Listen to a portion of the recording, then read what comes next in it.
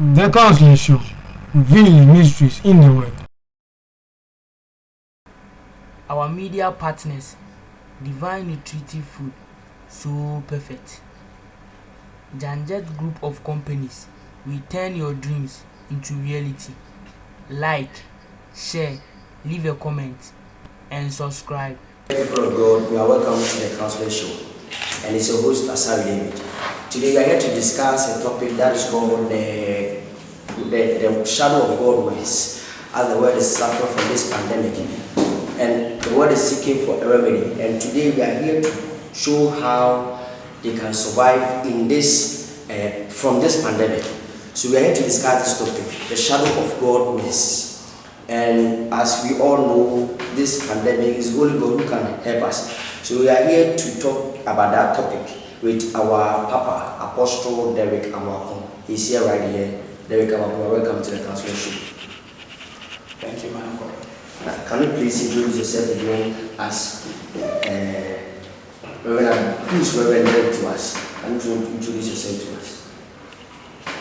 My name is Reverend Derrick Amoako from Durham University. And where can you be from, please? Who is Reverend Derrick Amoako? We want to know more about you, where you are settled at, where you settle, where is your church, and where can you be found? For now, my church is in Accra, called Durham University, where we share God's mysteries, deeper revelation from the Word of God. And I'm pastoring there for almost about 1 year now, when we started the ministry of God. And God is blessing us. And I'm aware you are, and I'm aware you know what the world is suffering today. It's about a pandemic, certain pandemic, that's the coronavirus. And we are seeking for a remedy.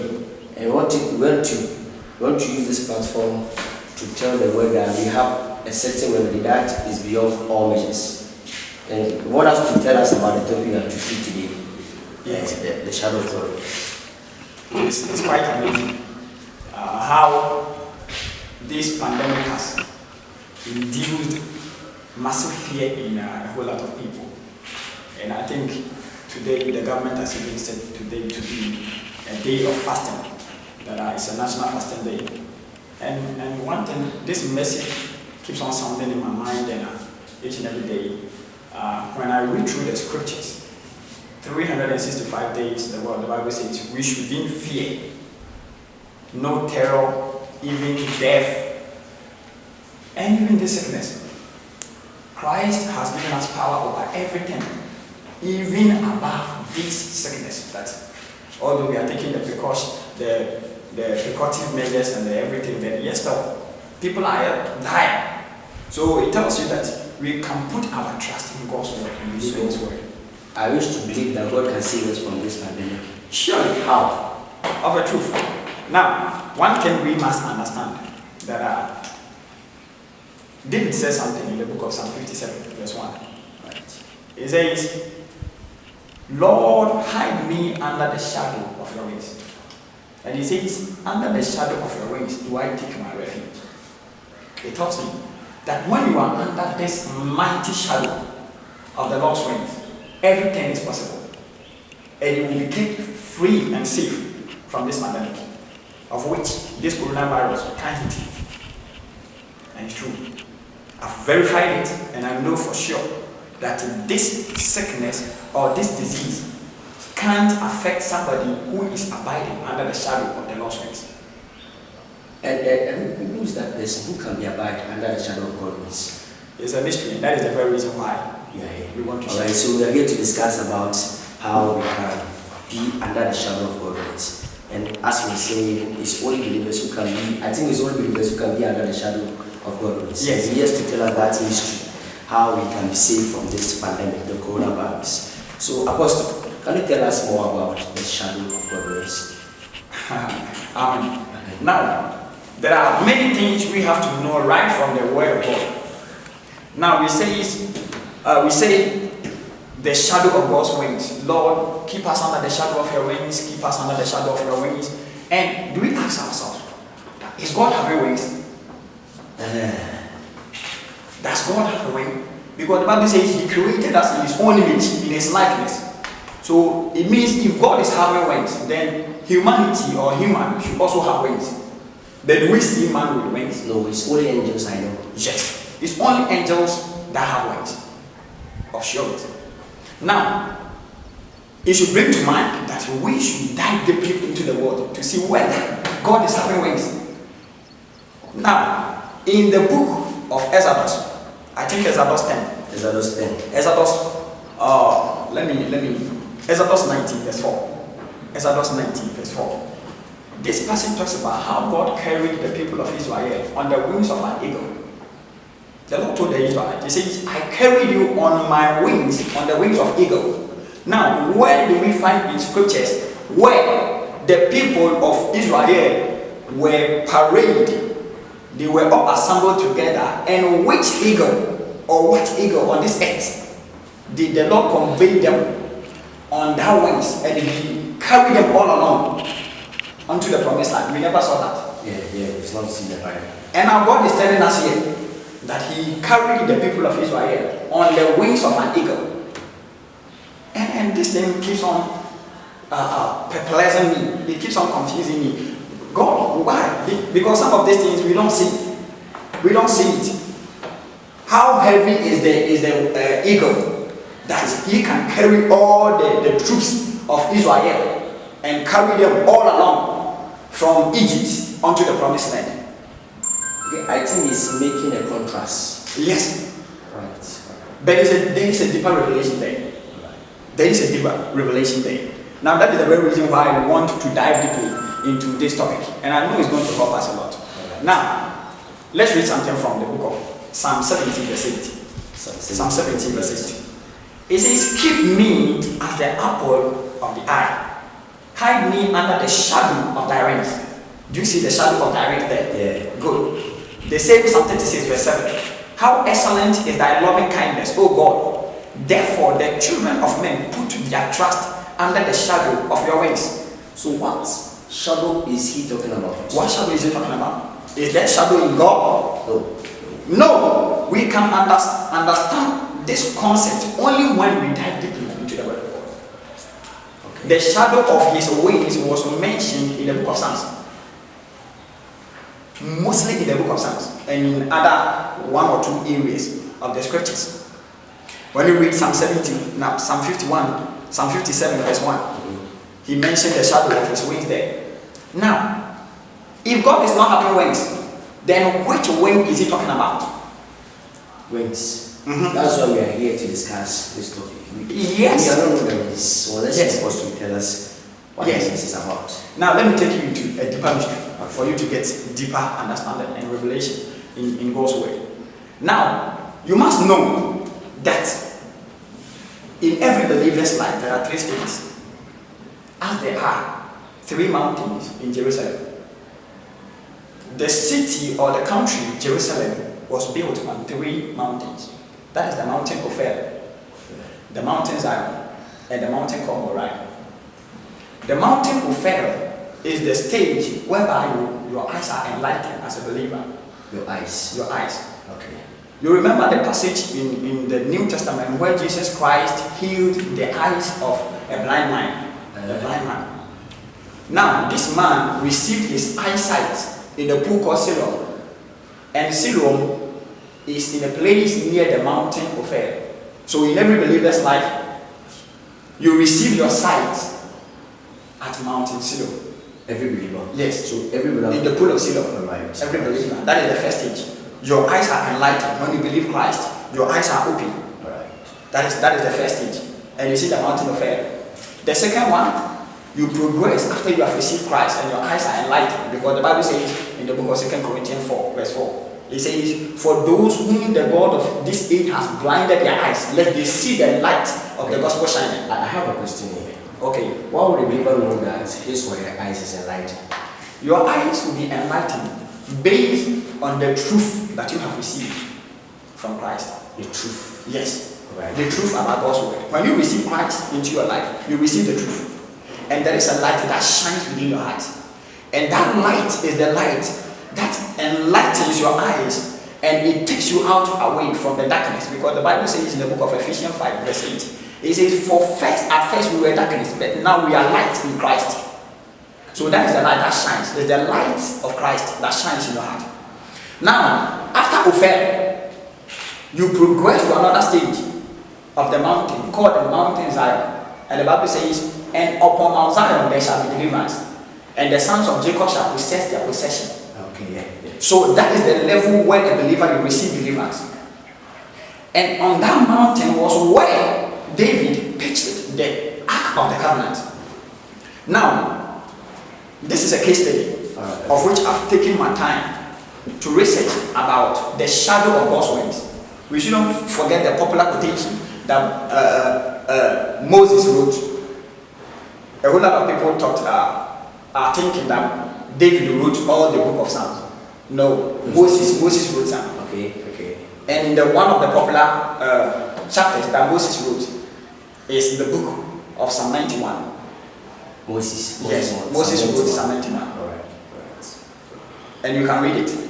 Read it for us. Listen. Psalm 91. Psalm 91. Psalm 91. Psalm 91.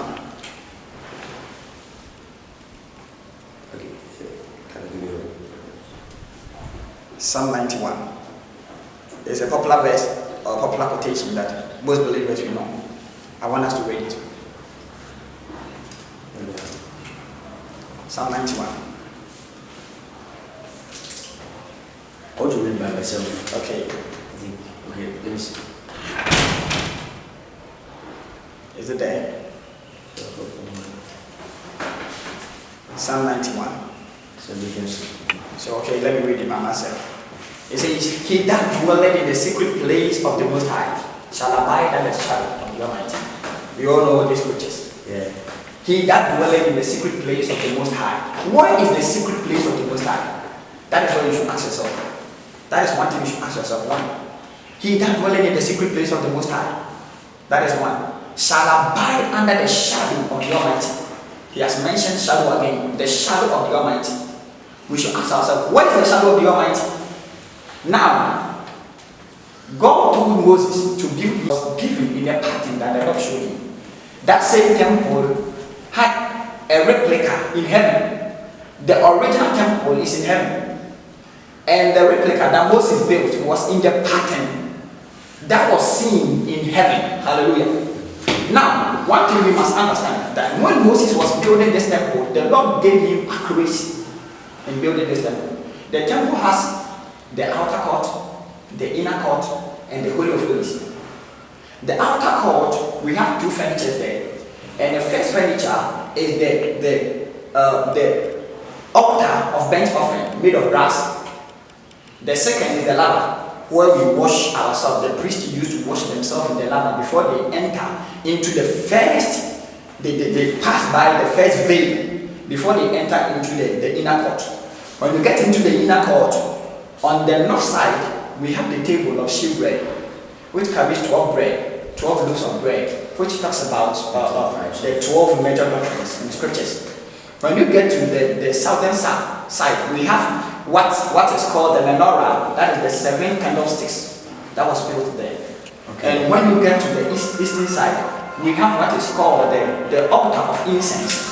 The altar of incense in the Jewish culture, those people who used to do the incense, they utilize 12 spices, 11 spices in doing the incense. And the 11 spices talks about the 11 prayers, the 11 major prayers that believers used to offer. Okay. Now the incense talks about the prayers of believers that goes up into the heavens. Now when you cross the second veil, you enter into the Holy of Holies. And into the Holy of Holies, you see one only furniture, and only furniture there. The only furniture there is the Ark of the Lord's Covenant.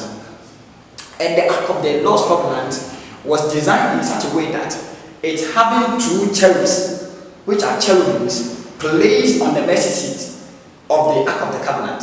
Mercy seat? Yes. What is mercy seat? Now the mercy seat, in the throne room of God, God sits on a throne called the mercy seat. Now in the book of Hebrews, I think 4 verse 16, he says, come, have boldness and enter into the throne of grace, whereby you will obtain mercy in the time of need. So God is seated on the left throne called the mercy seat. And on that throne we have two cherubs that have knelt down on that throne, that mercy seat. Okay. And the cherubs have spread their wings over the mercy seat. And their wings are spread and they are facing each other. Now one thing you should know, that the cherubs are having four faces. The cherubs are having four faces. The first face is the face of a human. On the right side we have the face of a lion. On the left side we have the face of an ox. And the other side we have the face of an eagle. So it talks, the faces of the cherub talks about the four manifestations of God. God can manifest himself in these four ways. So now the wings are located at the cherubs. The wings, the cherubs have four wings. Okay. When you go into the book of Ezekiel 1 coming downwards, you will get to know the detailed description about the cherubs. Alright. And it shocked me when I got a deeper revelation about the wings of these cherubs. And I got to know in the book of Ezekiel 5, Ezekiel 10 verse 5. Do you know the wings of these cherubs speak? Can speak? Yes. The wings can speak. The wings of these cherubs can speak. There is a voice that exudes right from the wings. It makes sound. And the sound that it produces is like the voice of the wings. And this revelation is so deep. Is so deep when I read it from the Bible. Now, Ezekiel 10 verse 5. It says God speaks from in between the cherubs. Now the Bible says it's God who dwells in between cherubs. So the sitting place of God is in between cherubs. So when you want to find God, you will find God in between the cherubs. Now, when you read the word of God in most scriptures, it says God who dwelleth in between cherubs. 1 Chronicles 3:13 verse 6, 2 Kings 19 verse 5, 2 Samuel 6 verse 2. They used to say God who dwells in between cherubs. So you can say the wings is where God is. Yes. Okay. Now, in the throne room of God, the angels who are surrounding God, they are four. And they are called the four living creatures. That is the cherubs. Okay. They are four in numbers. 1 here, 1 here, 1 there. So 1 here, 1 there, 1 here, and 1 there. So that's where God dwells.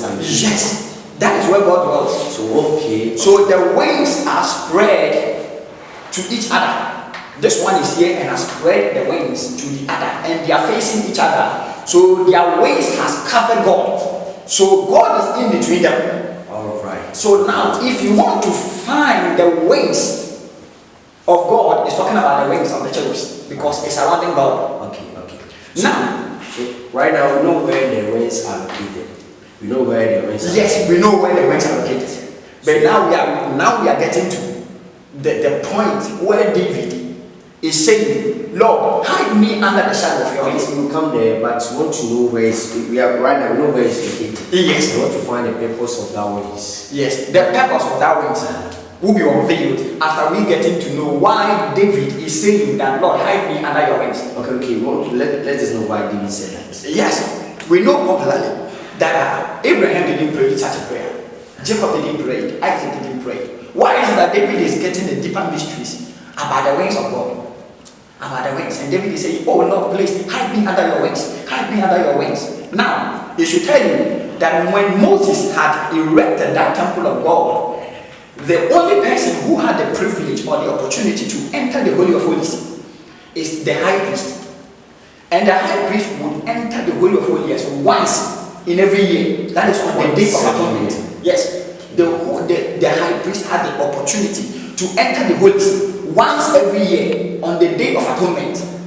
That was the only time the priest had the privilege to commune with God. And the Bible says, even when Moses had entered the Holy of Holies, God will speak directly unto Moses from in between the cherubs.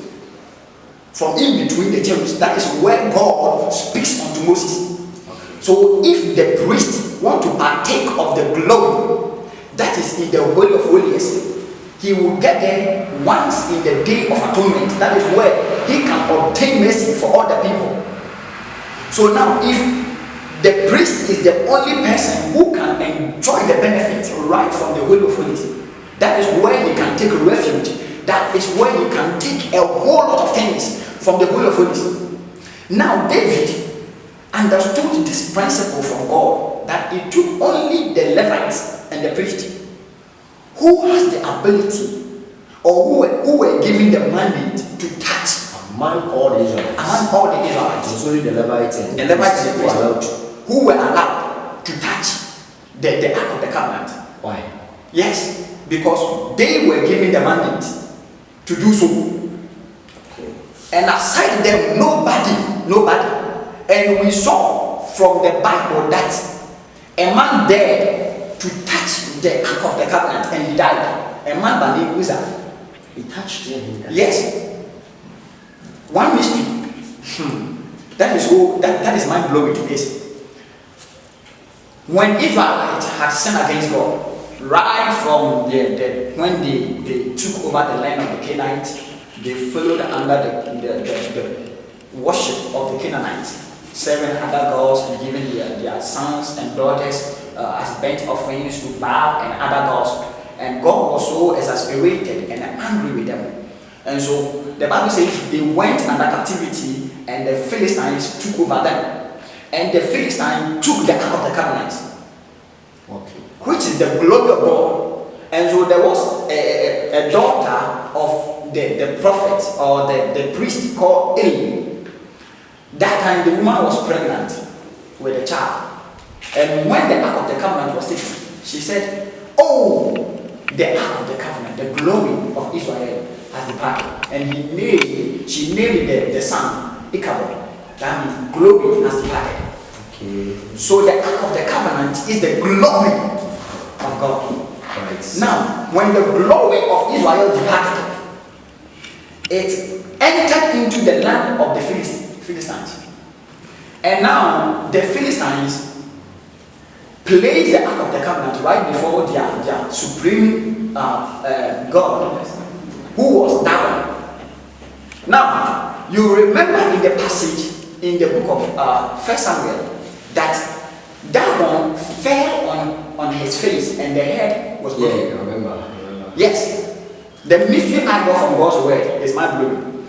That even the cherubs who are kneeling on the throne of God, the cherubs who carries mighty power, they are kneeling before God and bowing and they are shouting holy, uplifting the mighty name of God. And when the Ark of the Covenant entered into the sacred room of the Philistines, where Dagon was there, Dagon was having a picture like this. He was having an imagery, standing like this. So the wings, I got a revelation from the Lord that the wings of one of the cherubs slapped Dagon, and that one crashed down. He fell down, and the head chopped off. Why? Because you have no respect for the God of gods, the King of Kings. And you are standing there, even with the cherubs are bowing down. And it was a great pandemic. This same pandemic that we are suffering now, that the coronavirus, the people of Philistine, they suffered the same pandemic. Yeah. There was a massive sickness and diseases out of God's wrath on the land. And the people say, "Hey, no, we can't keep this thing there. We can't keep this Ark of this covenant. The Israelites, they are God, we can't keep him here. So let's take it to the Israelites." And so they drove the Ark of the Covenant right from Philistine into the land of Israel. And the Ark of the Covenant was kept on the back of oxes. And they carried the thing all around a bushy area in mountainous places. And the Ark of the Covenant didn't fall. Nobody was guiding it. Nobody guided it. And right from the mountainous areas, the Ark of the Covenant didn't fall down. I have to bring the Ark of the Covenant into Jerusalem and find a temple, a place for the Ark. When the Ark of the Covenant entered into the land of Israel, they embraced the Ark of the Covenant with joyful noise, dancing and praising God. And there was one man called Uzzah says, hey, the ark of the covenant is shaking, is falling down. Let me hold it. Let me help God. And the Bible says the temple of the Lord threw the guy down. And the Just guy want to help the ark. yes, Because it's preventing the ark from falling. Now, I wondered why this man should die. David got angry and said, Lord, why should you kill this man? Because he is helping you. And now the revelation that God gave me is, hey, you David, no man can help me. I can help myself. Because all along, when I was in Philistine and the ark was coming, nobody was there. It was at the back of these animals. And they drove it. I, the Lord, I could carry myself. But I say the people were not aware of. Yes, they have no revelation into this mystery. Okay. Now, when the ark of the covenant came, David said, okay, Lord, I still want to partake of your glory. Because it is only the high priest who partakes of your glory in the Holy of Holies once every year. But now, Lord, how can I partake of this glory? And so David said, no, let me pitch this ark of the covenant on Mountain Zion. So the ark of the covenant was kept on Mount Zion.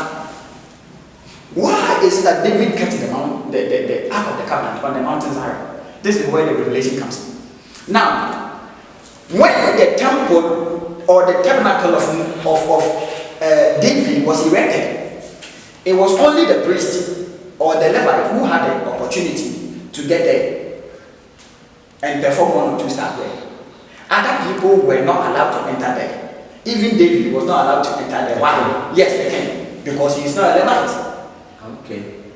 And so David wondered, how can I partake of this? Lord, I want to partake of this glory. So that's when they raised yes. to know the shadow of God. Yes. So David intelligently, under the inspiration of the Holy Spirit, kept the ark on a place, on a hilly place, mountainous place, in such a way that when the scorching sun, the rays of the sun, is being casted on the ark, it will throw a shadow onto the earth. And if it throws a shadow on the ground, David had the ability to partake of the shadow that is casted by the rays of the sun on the ark.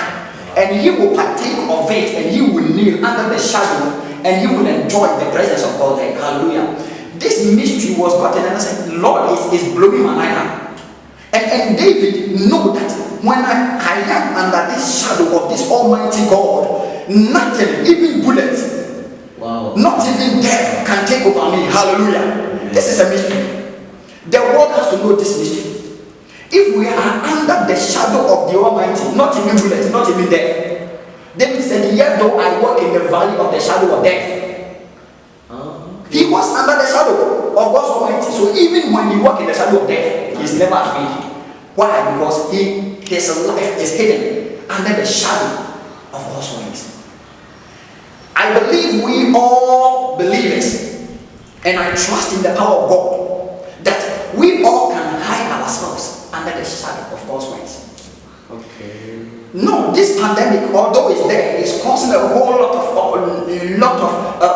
fear. Is putting a whole lot of fear in people's hearts. But one thing I trust, and one thing I believe, we have a God who is above all things. And that's where he says, who dwelleth in the secret place of the Most High. That is the secret place of the Most High. Under his wings. Shall abide under the shadow. If you abide under the shadow of the wings of the Almighty, you are never afraid of anything. Alright, okay. So right now we know where the shadow is and the purpose of it. When David get to know that, no, he will save. Even bullets cannot kill him. Even bullets. Alright, so we want to know how can we the believers be under the shadow of God wings. Hallelujah. The way we can do that. The way you can do that is simply, now, you ask yourself, where is the tabernacle? Right now, we don't know where the tabernacle is. The tabernacle, right now, and the glory, right now. The temple of God was designed, as I said, we have the outer court, the inner court, and the Holy of Holies. The outer court and the temple, now you ask yourself, why did God choose the body of man to be the temple of God? When we read in the book of Corinthians, So God says He's not. Yes. He's not doing in a man with them. Yes. It goes in the heart. he says he dwells in the heart of man. Yeah. And he says your body is the temple of God. Now that means the temple that Moses designed, we don't need that temple again. Because our body is the temple. In the temple we have the outer court, and the outer court is our body, our flesh. The flesh. Okay. The inner court is our soul, and the Holy of Holies is our spirit. So God dwells in our body. Now, in the outer court, I told you, in everything, they have most deeper revelation inside God's word. I just don't want us to enter this, because if I'm saying I'm giving a whole description about the temple of God, you will get to know that right from the head to our toes, all the bones within our system, even with this, the backbone. You know the backbone, the vertebral column, we have 24 bones representing the 24 elders. Elders. Yes. Elders. And it represents the 12. I think the 12. tribes. Yes, the 12 tribes and the 12 men.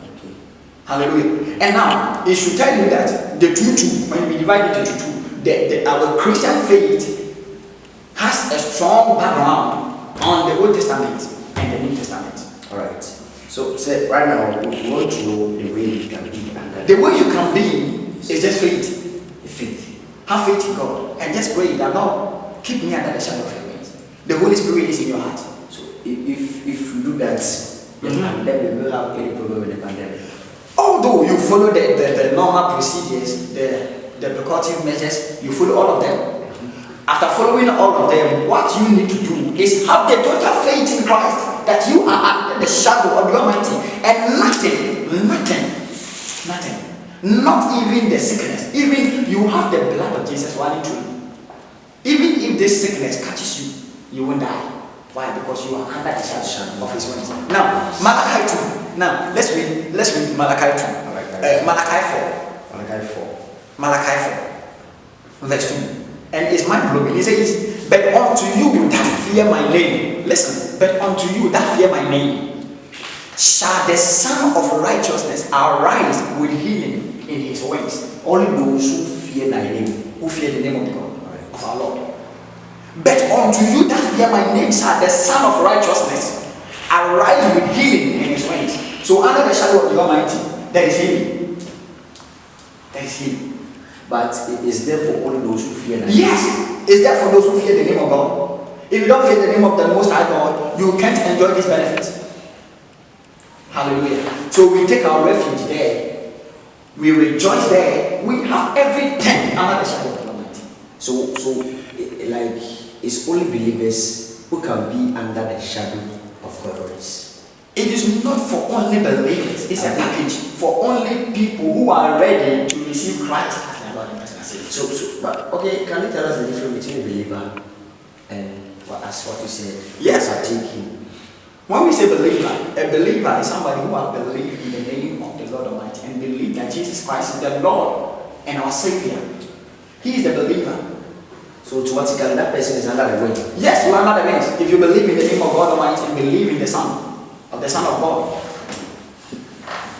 So when we say we are talking about the wings of the Most High, we are talking about wings of the cherubim, which reflect the glory of God upon us.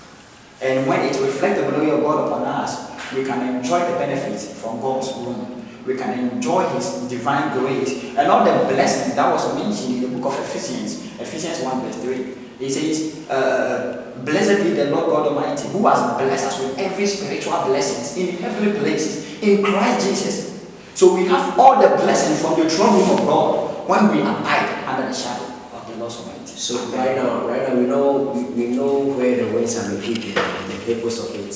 And it's only for those who have accepted Jesus Christ as their Lord and personal Savior, who can be under the wings, the shadow of God's wings. So as this pandemic is going around the whole world, what actually are you to tell believers to notice?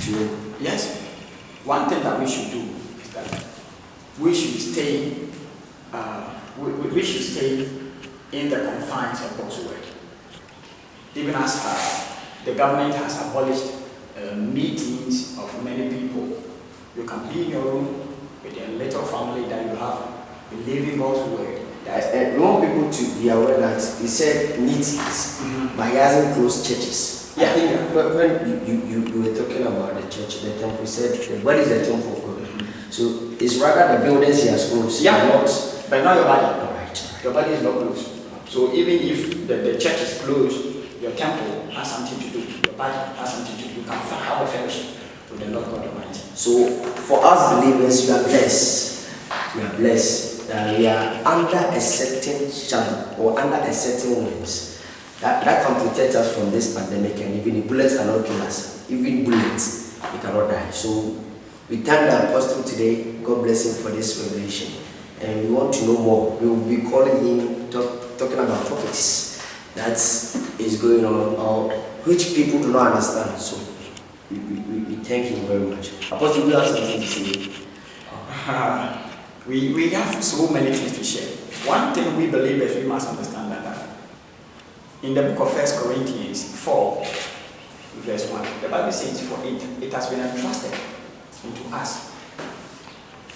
The Bible says, let every man account of us as stewards of the mysteries of God. Now you ask yourself, how many men of God are preaching God's mysteries? No, we have been entrusted as stewards. When we say stewards, it means a caretaker. We are caretakers of God's mysteries. But yes, though we are preaching the very things, the normal things we hear each and every day. I've never heard any man of God preach about this topic. Yes, it's true. We have to preach mysteries from God's word. Matthew 13 verse 11, he says, for it has been given unto you to understand mysteries about the kingdom of God. The kingdom of God is full of mysteries, but yes, we are not preaching those mysteries. That's why we have got this show, the Counselor Show. And we are here to bring all people to the saving knowledge of Christ. So if you are not under the knowledge of Christ, that's why we have brought this big show to let you know more about the scriptures. So as the apostle said, he has not heard any pastor preaching about this topic. Maybe they are preparing a different topic. Maybe they prepare a different topic, which the church likes books. So we shouldn't go there. We should talk about what we are doing.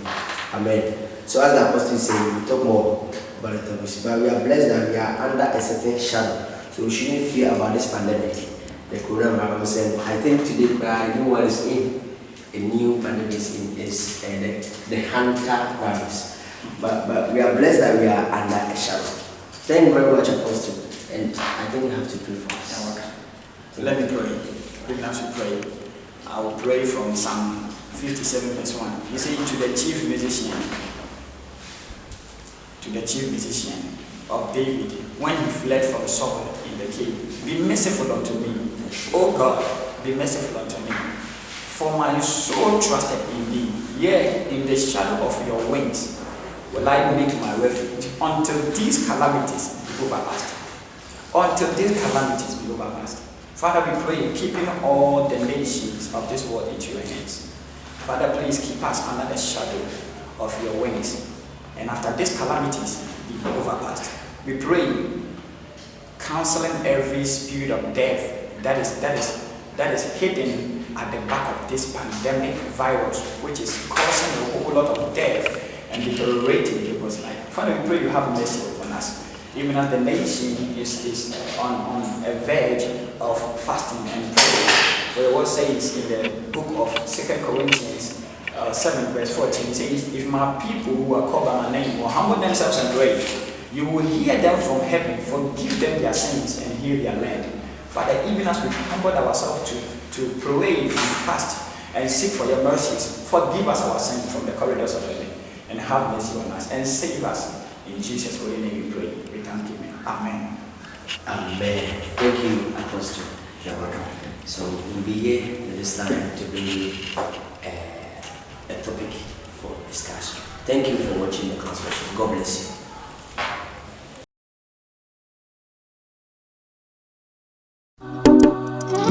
Je m'appelle Unbreakable. Xylophone music. Only God. Yeah. I love it. I'm a winner, not a loser. Overcomer.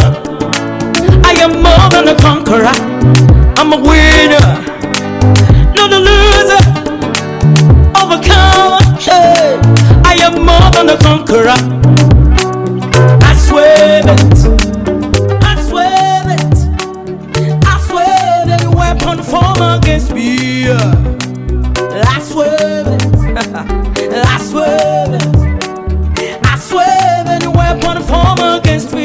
in the name of Jesus, I swear, by the power of the Holy Ghost, I swear,